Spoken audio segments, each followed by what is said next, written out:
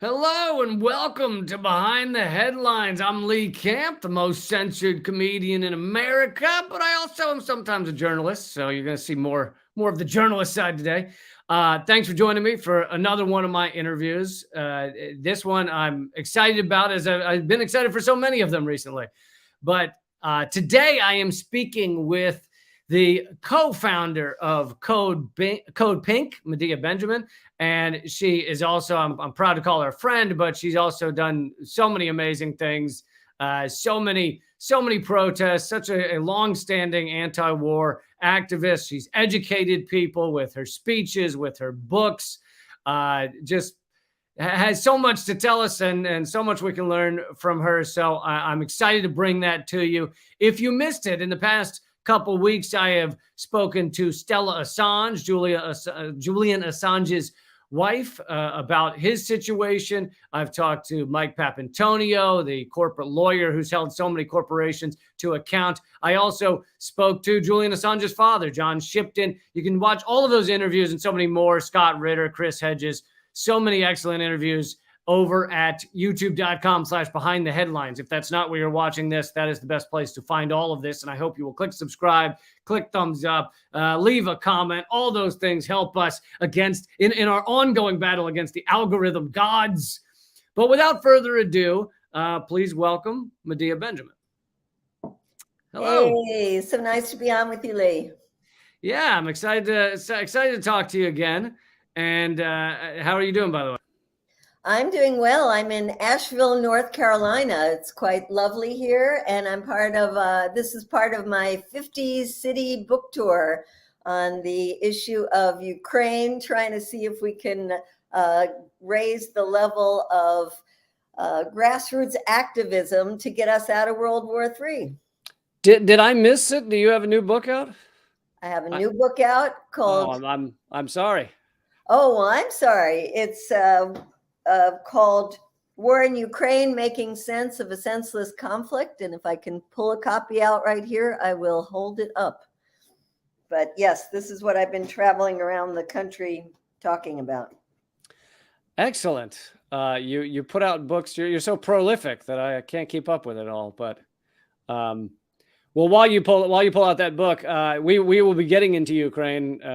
So I look forward to hearing what's in the book in just a few moments. I want to play a clip of your most recent disruption, which does have to do with Ukraine. And I don't know if you want to set up who the players are in this and the event, and then after I play it, we will get into why it was important to disrupt. Oh, well, this is an event hosted by one of those Washington think tanks. And it was with Adam Smith, who was the head of the House Armed Services Committee. And he was there giving his talk at Brookings Institute about, I don't know, why whatever he's been doing has been so great. Right. All right. Well, let's see you on stage with Adam Smith, and then we will talk about what exactly was said in just a moment. And that was a fantastic framing. And let me pick up if I could. Right. The framing was actually not fantastic.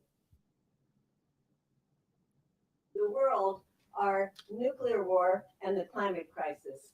And unfortunately, Congressman, the way that both the Democrats and Republicans have been pushing us in this war in Ukraine, where we definitely condemn Russia, but we need negotiations. If we keep pouring billions and billions of dollars into this war, we're taking us to the brink of a nuclear war. Let's listen to the chair of the Joint Chief of Staff, Mark Milley, who said, seize the moment, go for negotiations. Raise your hand here if you'd like to see negotiations instead of a nuclear war. None of you? Come on, there's got to be somebody. Actually, I'll take that as the first question because I think it's a good point. Well, I was asking the audience that actually, but I know, and Michael, I know you're a big cheerleader for the Iraq war and for other wars, so you don't really have a lot of legitimacy when it comes to using diplomacy, not war. but I think let's just put it in the context. So you of don't want to hear any the sort of United States. discussion? You just Yeah, I want to just talk? want to end my point here, which is to say that it's a shame that 30 Democrats who signed a letter to Biden calling for negotiations were so pilloried by people like you in the Democratic I Party. didn't pillory that them they at all. withdrew their letter after 24 hours. The Democrats have to get back on board of calling for negotiations and not leave that to the extreme right of the Republican Party like Marjorie Taylor Greene. They shouldn't be the ones with the rational voice in all of this calling for negotiations. Democrats have to step forward, have to put the pressure on the Biden administration and say, we need negotiations, not more war. The real security, national security is addressing the climate crisis, getting people housed, and not focusing on weapons. We have $880 billion going to war. We need to go to social services. Well, actually, I think it's worth having that discussion, and Oh, you did a beautiful job there. Because I also love you. It's not just that you went there and you did that, but you did such a great job of shutting them down. One of them tries to interrupt you by saying, "I'll answer that question." You say, "I'm not speaking to you." And then the other one tries to jump in and you say, "I know you were such a cheerleader for the Iraq War," and instantly he shuts up. Brilliantly done, but I'd love to hear more about. My friend Olivia, here I was the one talking on and on. She's only holding a sign quietly saying diplomacy, and they grab her and yank her out of there. So they came in to assault someone, and she was the first one they saw. Yes. So I'd love to hear more about exactly what you were saying there. Well, we are in such a crazy situation, not only with this horrific war in Ukraine that could turn into World War III or nuclear war, but to look at the politics of it in the United States, where when you have a Democrat in the White House, we're Trump in the White House, we probably have a lot of Democratic allies saying, we got to look for a negotiated solution to this. It's too dangerous. But no, when you have Biden in there, then these Democrats are expected to march in line with an insane policy, even if the head of the Joint Chiefs of Staff said, you know what, there's not going to be a victory on the battlefield, so maybe it's a good time to go to the negotiating table. When they say it, these 30 Democrats, they are smashed down by the leadership of the party. Within 24 hours, they withdraw. Each one of them, most of them, they're saying, wait, did I really sign that? I didn't really mean to sign that. Right. There'll be negotiations, but after victory. There's one Democrat now in the entire Congress who's calling for negotiations, and that's Ro Khanna. Not a single other Democrat. Now, you do have Republicans. You had 57 of them in the House and 11 in the Senate that voted against that $40 billion package for Ukraine. But a lot of them are, hey, we should be taking that money and aiming it at our real enemy, that's China, or we should be taking that money and militarize our border against the hordes of invaders who are trying to come in. So it's not like we really have a lot of allies in the Republican Party either. And that means that we got to go around and really build up this pressure. That's what I'm doing and why we created this group called peaceinukraine.org. It's a coalition of a number of different organizations to say, hey, you can blame Russia for this war all you want, but the war is happening right now, and the war can be leading us into a much, much wider conflict. And there's no end game in sight because there is no victory on the battlefield. And so if you want to do something about it and stop all these Ukrainians from getting killed, join us in pushing for ceasefire and negotiations. Yeah, and you make a great point there at the end that if you want to see Ukrainians live and prosper and not be murdered in this war, then you should be for negotiations, which is not what Biden and the U.S. government in general is supporting. And of course, we helped create the conditions for this proxy war to begin in the first place with the 2014 Maidan coup, the funding and arming of various Nazi elements, etc. That doesn't mean that, as you point out in your speech, neither you nor I support the Russian invasion, but you should want this to be over. We should want this to be ended at a peace table immediately. And, as I've tried to point out multiple times, in April, there was a nearly signed peace agreement, and Boris Johnson, essentially acting as an emissary of the United States, ran to Ukraine, met with Zelensky, and said, "You can't sign that peace deal because we won't support it. The West won't support it." And that was the end of peace talks.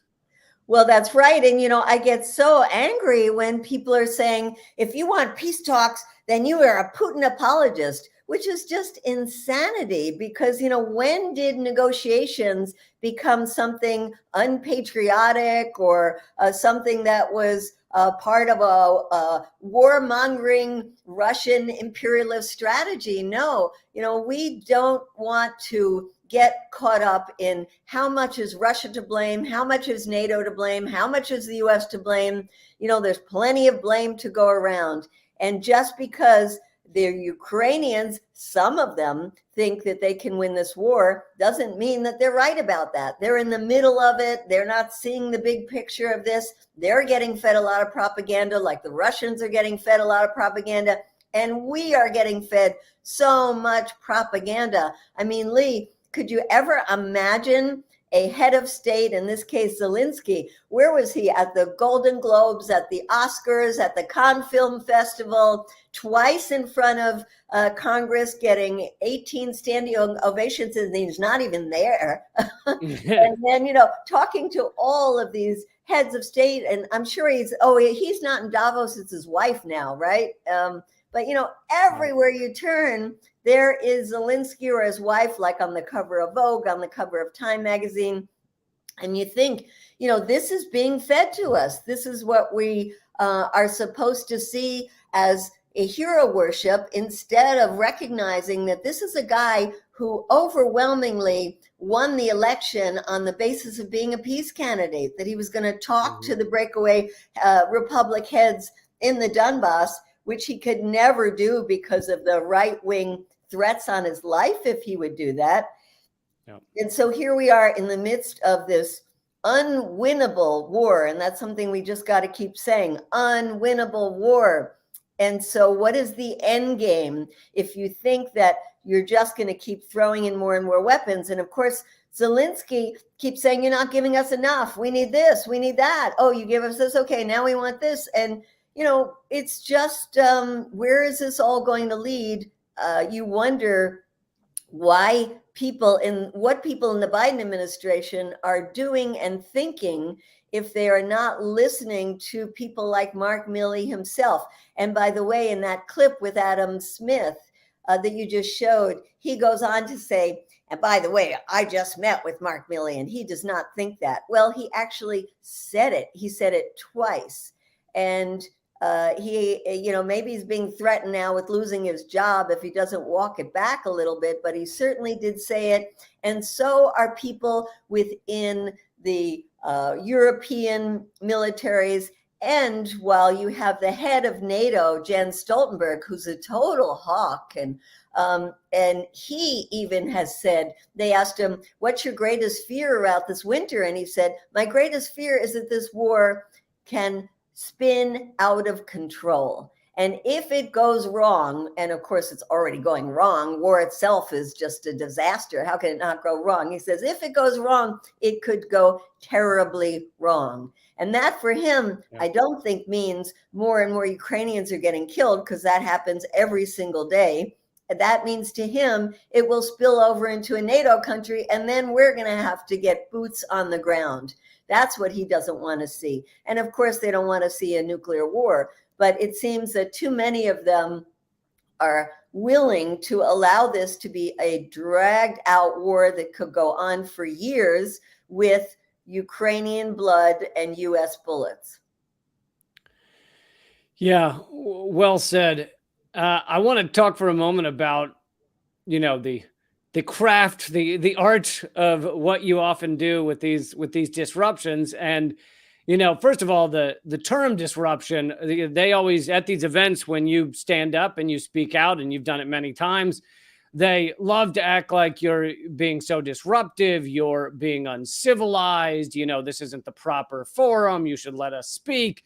But of course, what is more disruptive than war on a country? What is more destructive and uncivilized than destroying whole cities and destroying people's lives? I mean, the Cost of War project has come up with the estimate that 6 million people have died from our war on terror in various countries, and 37 million have been displaced, having to flee their homeland. So it's the idea that you standing up and calling these people to account is the true disruption is always truly ironic to me. But I want to hear you speak about why it's important to do it like this. Why is it important to stand up on these stages, in these events, and have your voice heard? Well, we use whatever tactic we can. We write books. We go out and give a lot of talks. I'm giving endless talks and meeting with university students and organizing coalitions and organizing rallies and, whatever we can. But we look for places that we can get our voices out. And sometimes it's at these events where there's going to be some press coverage where we can reach lots of people. And that's what we have to do. But, you were talking about the rudeness. We once remember John Brennan, the head of the CIA, when we were involved in this war in not only in Iraq, but in the drone wars. And we went to his house once. And we had just come back from Pakistan where we met with families who loved ones had been killed by our drones. And we went to his house and knocked on the door. He came to the door and we started saying, "Oh, I just came back from Pakistan. We wanted to tell you some of the stories." His wife came and said, "How dare you come to our house? That is so rude." And I said, just what you said, Lee. It's a lot ruder to have your home destroyed by a drone, blown up in the middle of the night, your loved ones killed. That is really rude. And we went on, gave more and more examples of the kind of rude things that John Brennan was in charge of. So I think it's two things, Lee. One is reaching as many people as you can in as many different venues as you can. And the other is channeling the voices and the stories of the people that we've met with in Iraq, Afghanistan, Yemen, Pakistan, all of these places where the U.S. has destroyed so many lives, Palestine, and bringing those stories back and taking those stories directly to the people who are responsible for so much of this mayhem. Yeah, all great points. And I know you've been, like you said, you use every tactic you can. Sometimes that is protest. Sometimes it's speaking. Sometimes it's disruptions like this one I just showed. I know you've been arrested many times. I'm wondering, what do they charge you with generally? And have they ever tried to go after anything larger than just a small fine, even though obviously what you're doing should be protected under freedom of speech? Well, we've spent days in jail and then had to go to court and face trials and luckily have most of the time been acquitted on them. I once went to the home of Erik Prince, the Blackwater Erik Prince. Yeah. And I learned that he was leaving the country, moving to Doha, and I thought it would be nice to give him a send-off, a goodbye. So we went there literally kind of a drive-by to go to his house and say,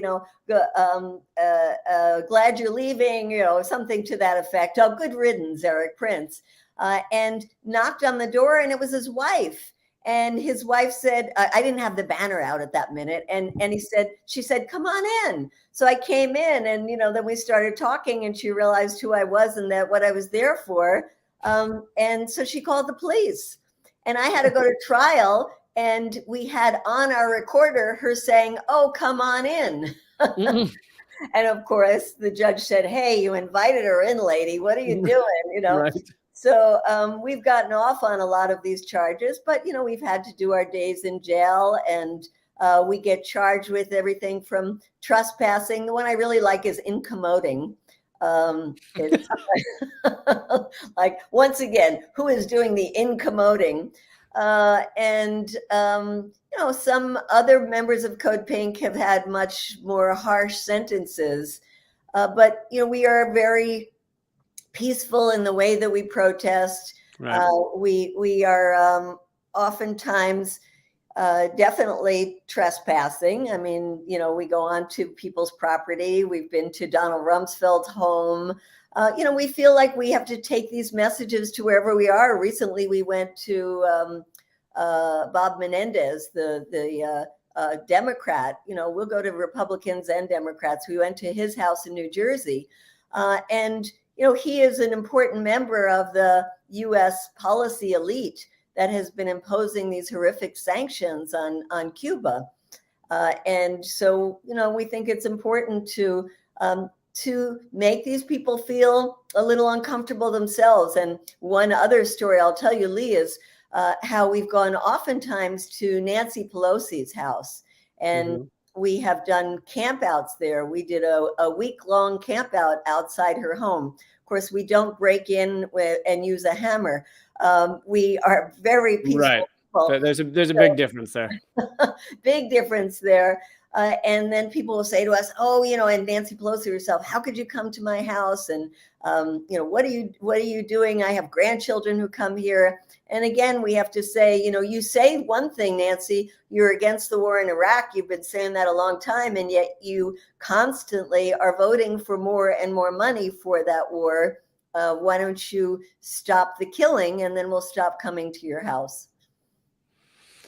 Yeah. I mean, it speaks to how they think they should not be held to account for all of the killing and murder that they are funding, and essentially voting to continue, even though Congress no longer apparently ever votes on war. But by not standing up, they are continuing to allow these wars, and like you said, funding them, putting trillions of dollars into our military, and hundreds of billions, sent to the front lines of Ukraine as well.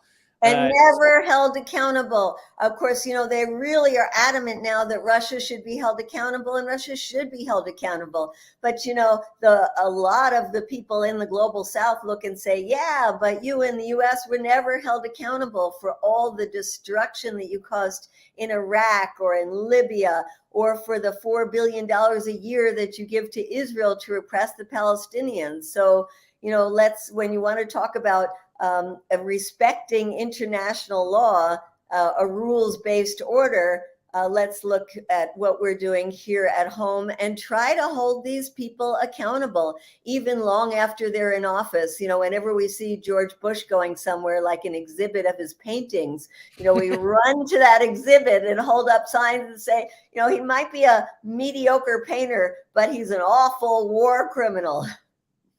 I took a little bit of psychology in college, and I remember them saying that many of his paintings that are not of other world leaders are of himself in the tub, like his feet and various forms of washing. And it's, if he's not a true 100% psychopath, then I'd say that Freud would say he's painting himself trying to wash off the blood. But yeah, but then he got into puppies. Yeah, then he got into horrible paintings of puppies and world leaders. We mentioned the trillions dumped into our military, while that money could be used on so many things here in the United States to help so many people. Also, you could just use it to end world hunger. They say 30 billion a year would end world hunger per year. And we could easily do that, and it would make us one of the more beloved countries in the world, which seems like it might be good for security as well. But we wouldn't do any of that. So I want to talk about the Pentagon budget for a minute. If you could just talk about the sheer amount of money, but then also they just failed their fifth audit. Each time they say they just failed the audit, they give us no new information. And within that failed audit, we did learn that they say they can't account for over half of their assets. Yeah, well, so what? We'll just give them more money, right? I mean, each year there's a handful of Democrats who say, oh, let's, take a little chunk out of the Pentagon, maybe $100 billion. And it never goes anywhere and they never really organize around it. It's almost a pro forma thing to make some of us feel like they are doing something for us.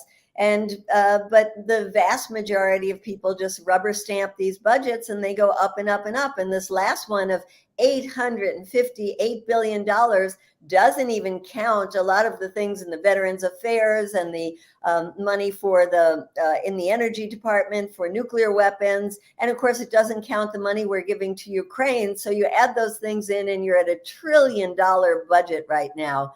Not only more than the next 9 countries combined, but it's more than the budgets of most of the countries in the world. So it's an obscene amount of money. And, we have been trying so hardly for so many years to get people that care about the issues like the environment or Medicare for all or the free college education that students should have to realize where their money is going and to join in the demand that a big chunk of that money be taken out of the Pentagon. But it's hard to get people to see that, to understand that that's where the real pot of gold is. And of course, we're not going to get it from the mucked up people inside Congress who take so much money from the lobby groups of these weapons companies. And, some of them come from the Pentagon themselves. More and more of them now are coming from the military. And then we have people like Lloyd Austin, the head of our defense, who comes directly from the board of Raytheon. That's another thing we do, Lee. We buy a couple of shares in these companies, enough to get us in their shareholder meetings. And we go inside the meetings and say that if they have a business model that is dependent on mayhem, death, destruction, war, suffering, maybe they should take another look at the product line that they have. They usually don't like us there in the shareholder meeting, but we are shareholders. So I was going to say, I bet they give very, very substantive responses to that.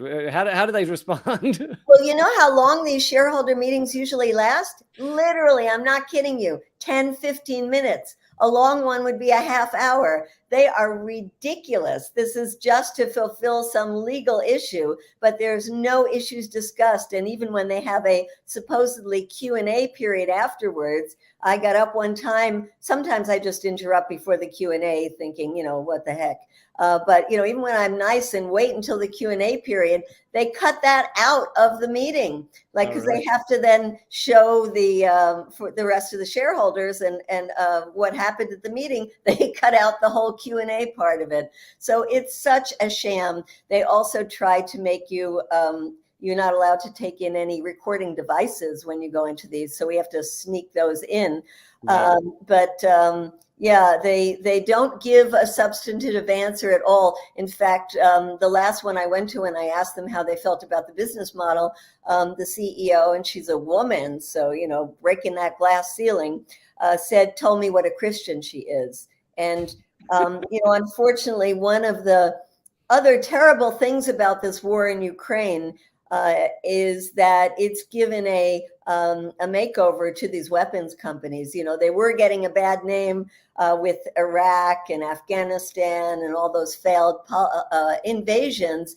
And now they like to be seen as the saviors of our brothers and sisters in Ukraine and how we are the ones who are preserving democracy in the world. Of course, we could point out to those who say this is a fight about democracy that the U.S. is selling those very weapons to one of the most repressive regimes in the world, that's Saudi Arabia, or just giving them to other repressive regimes like in Egypt or in Israel. But that's not the narrative we hear from this Ukraine war, and that's certainly not the narrative that these very, very wealthy weapons companies, or like the Pope calls them, the merchants of death, that's not their narrative. You've been doing this a long time, protesting for peace and fighting back against these ruling elite who send us into war constantly. Did you the peace movement is struggling. I'd say it's not as many people as I would hope to see. Do you have thoughts on why it's there aren't 100,000 in the streets and what needs to be done to get there? Well, there's not a draft like there was in the Vietnam days when I True. joined the peace movement. There's Yeah. a Democrat in the White House. I think if we had Trump in there, we would see something different. It's not the US that's the obvious aggressor, it's Russia. And there's this media narrative from the all of the different cable news to the mainstream papers that say that not only is this a fight for democracy, but that victory is around the corner. And, you know, you'd think people would be a lot more skeptical, Lee, after we heard that for 20 years in the case of Afghanistan. Just give us another surge, just send in a little more of this, you know, and then the Taliban takes over again. You'd think they'd be more skeptical. And people are. I mean, I am amazed that there are the number of people that you see, even like 30% in some polls, and some polls that have asked people what percent want negotiations, it's been over 50%. So I am surprised that so many people do see through this one-sided media narrative and the you know, what is being told by the administration. And there's more skeptics in the Republican Party than there are in the Democratic Party. And this will change as time goes by. We have to keep organizing, keep educating. And, you know, our brothers and sisters in Europe are farther ahead than we are because they're feeling the backlash from the sanctions against Russia a lot more than we are. And so they're getting out on the streets in much larger numbers, in some places by the tens of thousands. We've seen that in East Germany, in the Czech Republic, in Italy, in France. They are out complaining about inflation and connecting it to the war in Ukraine. And so I think that's going to put more pressure on their governments to step back a little from the US push for endless war in this case of Ukraine, and maybe start joining the call of a lot of the groups in Europe calling for a ceasefire. And we're hoping that it's going to grow here as time goes by as well, and as we do a better job of educating people. And, you know, that's why I'm really enjoying this 50-city book tour I'm doing, because it is so important to hear what people are thinking, to give them different ideas of sources of where they can get their information, of putting it in a historical context, and talking about the dangers of a nuclear war, which we don't hear talked about enough in our media. You know, Lee, it's always like Putin is a one crazy, radical, bloodthirsty, insane dude, but he's not going to use nuclear weapons, so relax. And well, and it's also Russia's losing. They have no chance. They're pathetic. They're losing. Also, they're going to take over all of Europe any minute. And it's like, how did those go together? They're losing, but we better give them more and more high tech and more dangerous weapons because they are maybe not losing. Yeah. It's nonsense propaganda. If you think about it for 2 seconds, you'll see holes through it. But I guess a lot of people don't think about it for 2 seconds. I want to move on to another country we are involved in, I guess, kind of a Cold War against and crushing economic sanctions, and that's Iran. I want to hear your thoughts on the protests there, but I also want to hear your thoughts on the nuclear deal that was signed by Obama that, I think was a win in many ways for the anti-war movement. And then Trump ripped it up, and Biden has not made really any efforts to get back into the nuclear deal with Iran, or has put stipulations on it that are basically impossible for them to meet. And I want to hear your take on all that. Well, you know, the U.S. has this. First, let's just recognize that Iran would be in a very different place today if we hadn't overthrown their democratically elected government back in 1953. And it would be probably a very democratic, blossoming Iran because it's such an industrious people and an incredibly old and beautiful culture. And the U.S. has been U.S. involvement has been so disastrous for Iran, even as you said, with Trump tearing up the nuclear deal. It meant that the hardliners then had an upper hand because the ones who said you can never trust the West, you shouldn't even bother negotiating with them, it turned out that they were right. And so the reformists have constantly been crushed internally in Iran by their failure to get concessions that were long lasting from the West, and their failure to get the West to treat them as a sovereign nation that should be respected. And so you get harder and harder line mullahs that become in charge and in the leadership positions. So you have what you have today, which is a women's movement that has come out on the streets to demand more equality. Now, I totally respect and support the women's movement and their rights to not to be dressed how they want, to be totally equal when it comes to things like a court of law. But I don't think people understand in this country that women in Iran have made over the years a lot of gains. So the majority of the university students, women have their own businesses, unlike in Afghanistan, where the Taliban have just cracked down mercilessly on women. When I have visited Iran, I've been surprised meeting with women business associations, meeting with university students to see they are the majority of university students are women. So women have made gains, but they deserve absolute equal rights, and they deserve the right to protest peacefully. And instead, they have been attacked by their government, and the government is even using things like the death penalty and a horrific crackdown on protesters. Although I will say I loved our attempted propaganda where we said they had sentenced 15,000 people to the death penalty when in fact it was one person.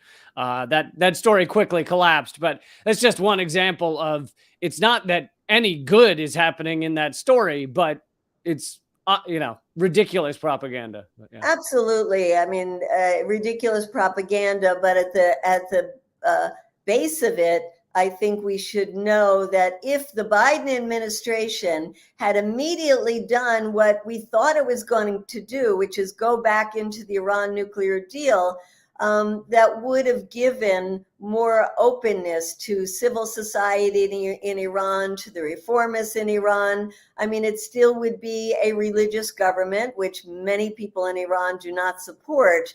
But there would have been more peaceful ways for people to make changes. And so I think we have to just look at how horrific our policies have been towards Iran going back from the 1950s, and how we have made life miserable for people there. When I was there last before the pandemic, we saw that in this very, very industrious society, people were really having a difficult time because of the sanctions.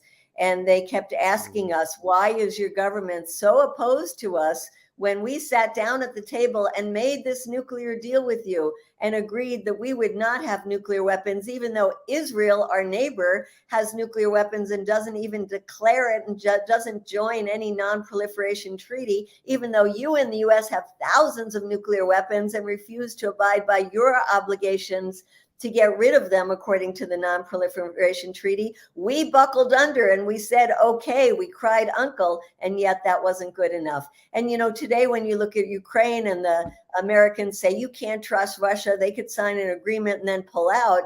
People say, yeah, the US does that all the time, unfortunately. Let's move on to Yemen. A new UN report just came out saying 11,000 children had been killed or maimed, and that is directly killed or maimed. That's not counting Lord knows how many thousands from famine or disease in this Saudi Arabian war on Yemen, but really U.S.-backed war on Yemen. Can you talk a little about that and Saudi Arabia? Well, this has been going on for 8 years now. This was an internal conflict inside of Yemen, and the Saudis came in, very similar to the sense of an internal conflict inside Ukraine. And the Saudis came in with the U.S. help, and the Saudis would never have been able to have this bombing campaign were it not for U.S. aircraft, U.S. bombs, and at the time, U.S. was even refueling their planes in the air so they could continue bombing. I have been to Yemen. I have seen the destruction caused by this war, and it is not just the destruction from the bombing and all the clinics, all the infrastructure, but the result of the destruction of the infrastructure. You know, in Ukraine, you have a much more developed society. And so when you destroy the infrastructure, they have the ability to get it back up quickly, or to get big generators coming in, to set up centers where people can get heating, and certainly there's a lot of medical facilities in the country. But in Yemen, no. And you bomb all of these clinics and medical facilities, it means that people don't have anywhere to go, and children have been starving. And so you might say 11,000 children killed or injured, but if you look at how many were killed because of the destruction of the infrastructure, the dirty water that leads to diarrhea, that leads to death. I'm a nutritionist by training, and I worked for years in rehydration centers in Africa where babies would die in my arms. And this is what has been happening in Yemen. You don't see that kind of suffering in Ukraine, but what the suffering going on in Yemen is behind the scenes. We don't see it in our TV screens and our newspapers, but it is so heartbreaking to see these children who literally have not had a chance on life because the Saudis have bombed the only clinic that was in their reach, and they couldn't get there to get $1 worth of rehydration salts. So the blockade of Yemen has been somewhat lifted, but it still continues, and it is still hard for the aid agencies to get in the materials they need to get around the country. And the U.S. continues to supply Saudi Arabia with weapons.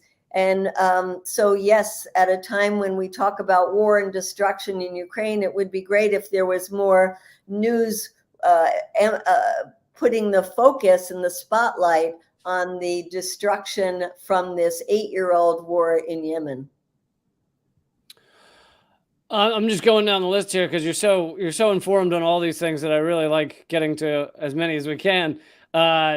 Cuba, I know you know a lot about Cuba, and you've been there many times. The only time I was there, I went on one of your trips with you, and it seemed for a minute that there was going to be an easing of this blockade, that there was going to be embargo, that there was going to be easing of tensions.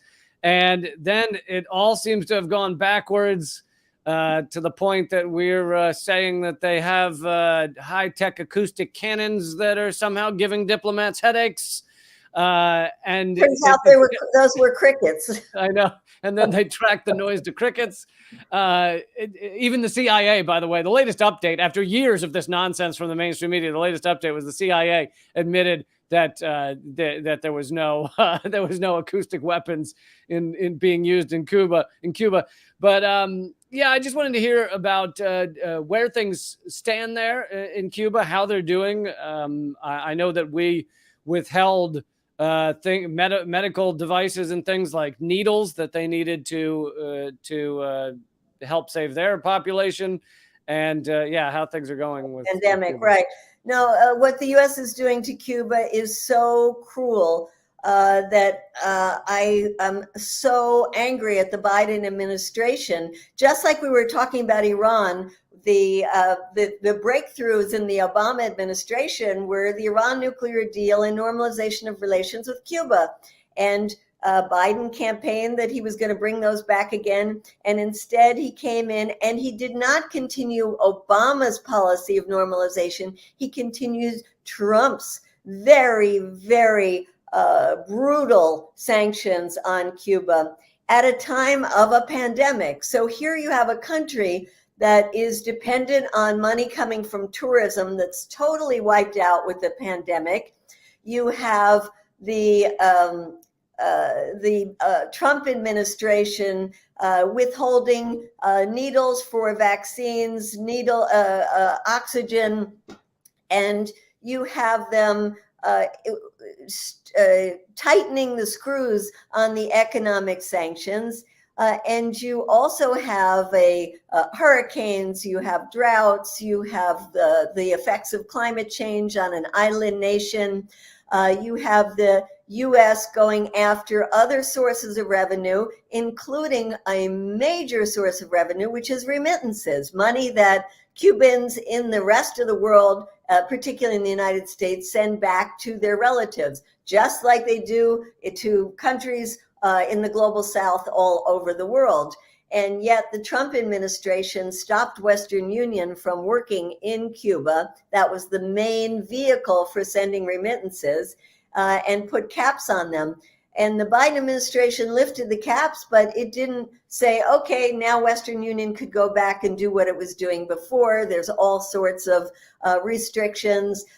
They've loosened up a little bit on travel to Cuba, but you're not allowed to stay in like 90% of the hotels because they supposedly have some connection to the Cuban military.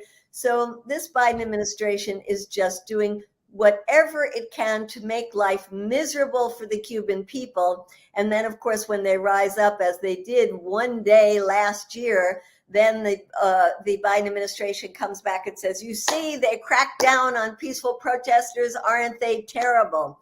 So it is a From what I saw, their so-called crackdown was far less than I've seen at Occupy crackdowns. Well, they have given some severe sentences to people, but they are mostly people who were engaged in things like burning police cars or some kind of violent activities. But in any case, the U.S. has created these conditions. And then, Lee, the only thing the U.S. cares about now, in addition to wanting to still overthrow this government, is all the immigrants that are now fleeing Cuba because of the severe economic crisis and trying to come to the U.S. And so suddenly the U.S. government wants to talk to Cuba and wants to say, what can we do to tamp things down, especially with the Republicans coming in and saying, you've got to secure our borders. So now there are some talks going on with Cuba.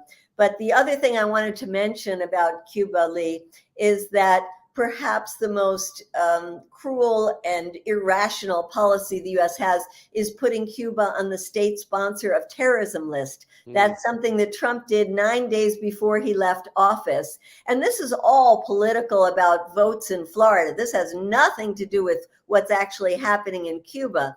There is no reason that Cuba should be on a terrorist list. The reasons they give are ridiculous. One is that they had members of the ELN rebel group from Colombia in Cuba. Well, they were in Cuba for peace talks that the Colombians were so thankful to the Cubans for mediating, as is the United Nations. And then there's also the issue of fugitives from the 1980s that are living in Cuba. This is something that the Obama administration looked at and said, they are not terrorists. That doesn't fit into the category of terrorism. But this is now something that the Biden administration is still using. And so when you're on the state sponsor of terrorism list, it means that the international financial community will not work with you. You can't use the international banks. And this has put a damper on all kinds of trade with all kinds of countries that Cuba should be able to work with. And so we have a campaign to get Cuba off the state sponsor of terrorism list. People can go to codepink.org and sign up to join that campaign, as well as campaigns about some of these other issues that we've been talking about, Lee. All great points. You mentioned with several of these countries, Iran, Cuba, Yemen, how awful and painful sanctions have been, and something I try and continue to get through to people about is the fact that economic sanctions should be called economic war, and they cause real death and destruction. The estimates are that 100,000 have died in Venezuela from our economic war on them in the past few years. And, thousands upon thousands are dying in Afghanistan right now from our sanctions on them, which is more than we were killing with bombs, at least a year and a half ago. So can you talk a little about how sanctions really are war? Yes, they are absolutely. And, when you talk about Afghanistan, let's add to the fact that the U.S. spent trillions of dollars on that war, left the people back in the hands of the Taliban, and then stole their money on top of that. So the $7 billion they had in reserves in the U.S. because they were told by the U.S., oh, this is the safest place for you to put your central reserves. Then when the U.S. leaves, they say, oh, by the way, we're freezing your money.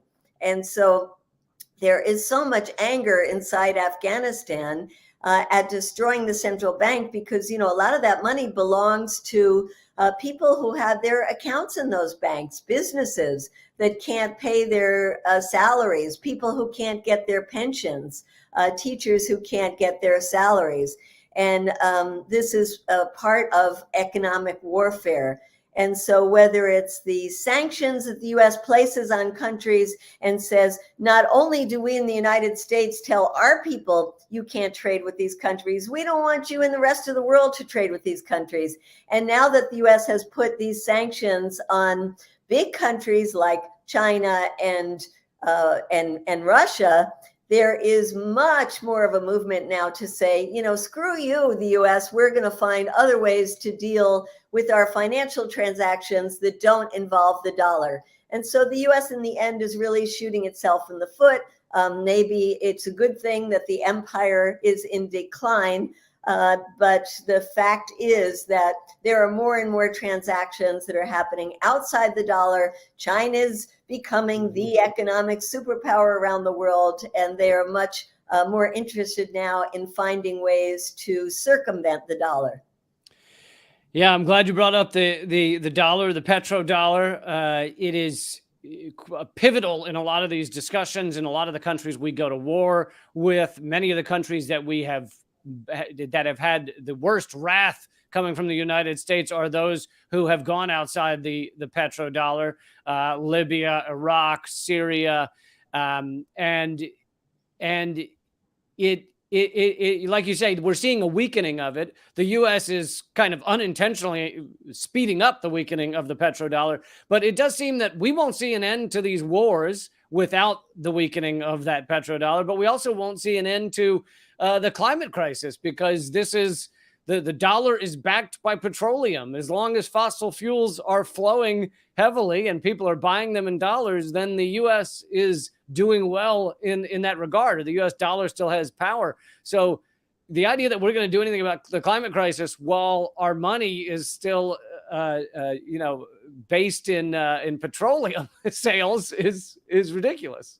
Well, that's right. And that's why the environmental movement and the peace movement, which is much weaker than the environmental movement, should be one, should be together. Because, you look at what's happening in Ukraine right now, and the environmental group said, well, actually, this could be good in the sanctions on Russian oil mean that there will be a speeding up of the transition to a green economy.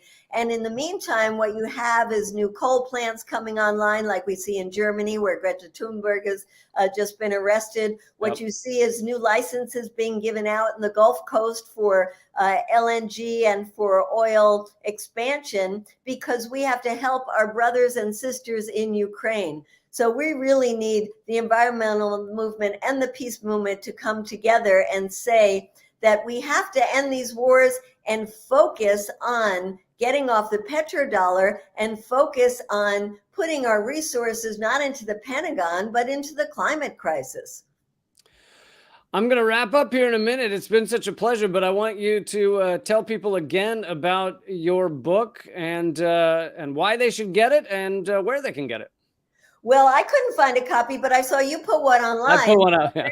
For doing that, and they can get that from Code Pink, from OR Books, or of course from that you know what, Amazon, and in your local bookstores. It's in a lot of places right now. It's doing very well. We're getting very good reviews. So I highly recommend you get a copy and pass it on to people who think that pouring more and more money and weapons into Ukraine is a good idea. And then in terms of getting in touch with us, it would be great if people would check out codepink.org as well as peaceinukraine.org and help us build a groundswell that will put the pressure on the people in the Congress and in the White House to say it is not in our interests or the interests of the global community to continue with these insane wars. Instead, let's save the planet. Thanks again, Medea. Keep fighting. Good to see you, Lee. Much love to you. Good to see you. All right. That's Medea Benjamin, a legend in the anti-war movement. By the way, folks, we are completely independent. We are completely independently funded. This is a Mint Press project. I hope you will support us at patreon.com/behindtheheadlines.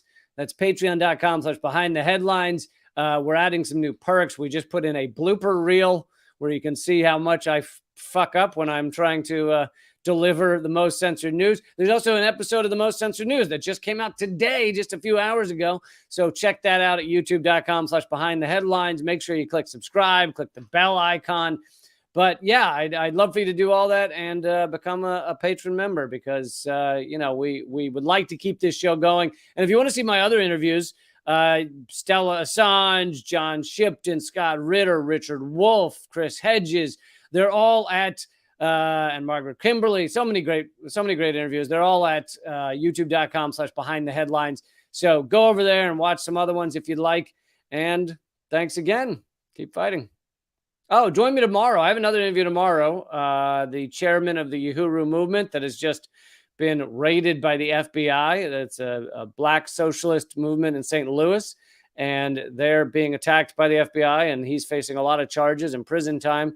And I'll be speaking to him tomorrow at noon Eastern, right here, youtube.com/behindtheheadlines. All right, keep fighting.